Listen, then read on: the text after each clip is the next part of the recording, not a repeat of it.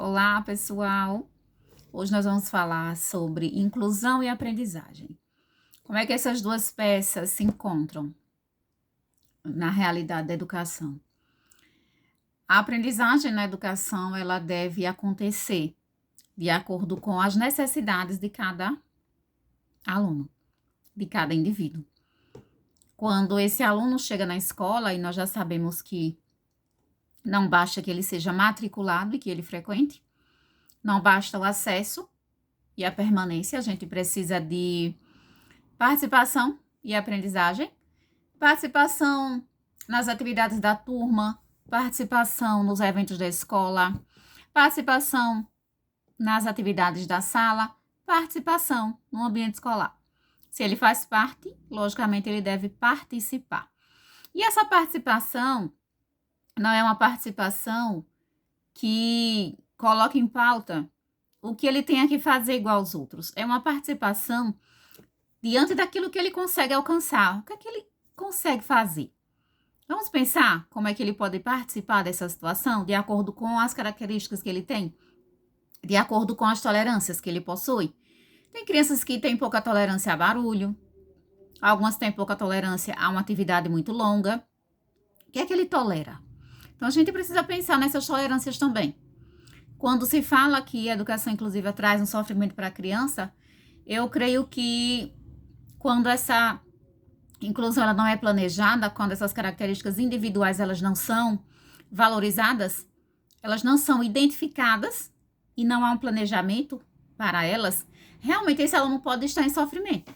Mas, se houver um planejamento daquilo que vai ser feito, esse aluno ele vai conseguir participar. Então, é importante que a gente pense nessas condições. Então, a participação e a aprendizagem. Mas que aprendizagem é essa? É a mesma aprendizagem dos seus colegas, de acordo com aquele currículo? O currículo, ele é flexível. Então, nós podemos pensar o que esse aluno precisa aprender agora. Então, ele chegou na escola, pode ser uma escola nova, ou pode ser uma série nova. É necessário que haja uma avaliação daquilo que ele já sabe e daquilo que ele precisa aprender. Então, é uma situação de fazer experimentos mesmo. Se o aluno ainda não é conhecido na escola, vamos fazer experimentos. Vamos oferecer para eles materiais pedagógicos, vamos oferecer atividades, vamos oferecer condições para que ele nos mostre aquilo que ele já sabe. Nós temos nas escolas dois tipos de currículo. O currículo oficial, que são as disciplinas que os alunos estudam, e nós temos o currículo funcional, que para os nossos alunos com deficiência é essencial que seja considerado, que é aquele currículo das atividades pré-ditoras da alfabetização, pré-ditoras das questões pedagógicas. Então, é um currículo que leva em consideração essas habilidades pré-acadêmicas dos alunos. Que habilidades são essas? Sentar, parar, olhar, ter atenção, planejar, memorizar, entender um comando e, logicamente, cumprir aquele comando, realizar. Então, esse é o currículo funcional daquilo que o aluno precisa para que ele possa estar na escola e se adequar ao ensino. Porém, isso vai ser trabalhado antes, como prioridade. Quando eu falo para a gente não colocar os alunos num padrão e num modelo, é sobre isso. Vamos supor que eu recebo um aluno no quarto ano. E aí o professor pensa, não, no quarto ano, o que é que um aluno deve estar fazendo, né? Então, ele deve já estar com uma certa fluência na leitura, uma escrita espontânea com poucos erros, dominar as 4 operações matemáticas e outras habilidades. Mas esse aluno que chegou, por exemplo, ele ainda não senta, ele não reconhece os numerais, ele não segue alguns comandos. Então, antes de eu começar a pensar como é que eu vou adaptar esse currículo oficial, eu vou pensar como é que eu vou planejar esse currículo funcional. O que é que ele precisa aprender ali? Quem é que faz essa avaliação? O professor da turma geralmente precisa fazer essa avaliação. Ou o professor de sala de recursos, quando solicitado. A equipe pedagógica da escola. junto com o professor ou com os professores, no caso dos alunos de ensino fundamental maior e médio também, porque eles estão em toda parte, mas é necessário que haja uma avaliação daquilo que ele precisa aprender agora.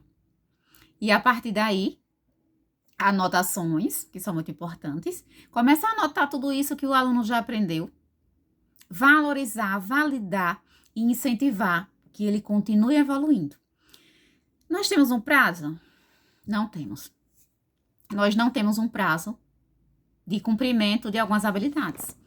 Na escola regular é comum que se tenha prazo de provas, tem as provinhas externas, né, do governo federal, temos várias outras situações avaliativas e que é cumprida dentro de um período.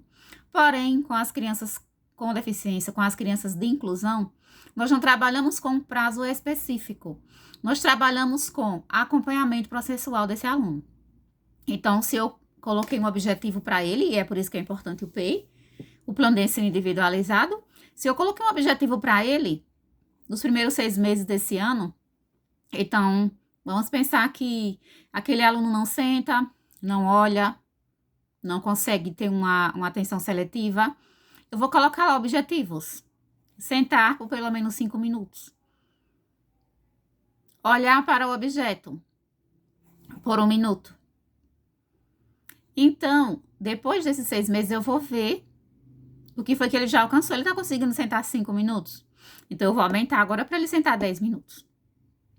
E aí, vou começar a inserir, por exemplo, já que ele senta, agora eu vou começar a inserir um objeto pedagógico. Materiais pedagógicos. Então, vamos lá, vamos pensar no lápis, no papel, numa tinta, no giz de cera, para ensinar ele a manipular esses recursos pedagógicos. Tem alguns relatos de professores que me procuram e falam assim, olha, o aluno chegou na sala, eu dei um lápis e um papel para ele, ele não sabe o que fazer com aquilo.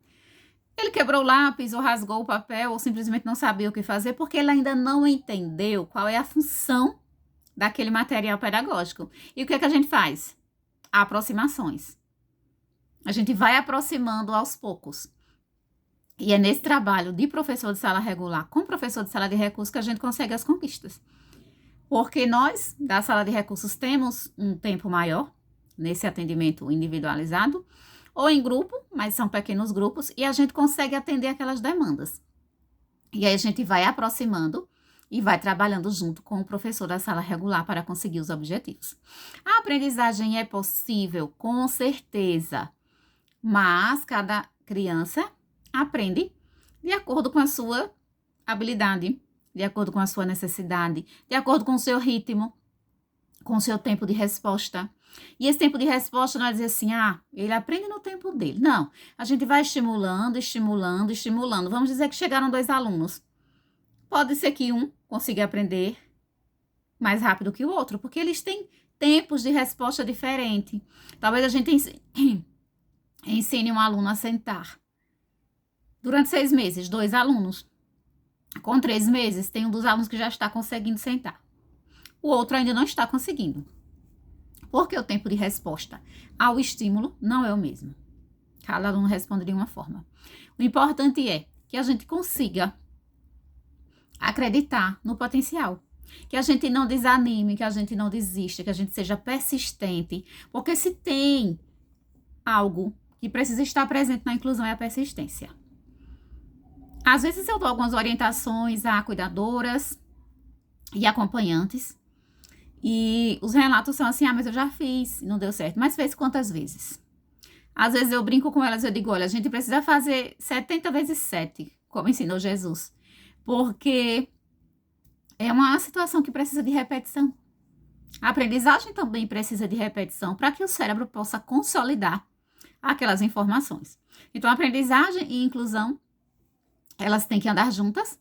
Incluir é dar oportunidade para aprender. E aprender acontece quando eu dou oportunidade para esse indivíduo. Quando eu vou observando, quando eu vou anotando, quando eu vou oferecendo outros estímulos, quando eu vou olhando para esse processo dele com ele mesmo. E não dele com outra criança.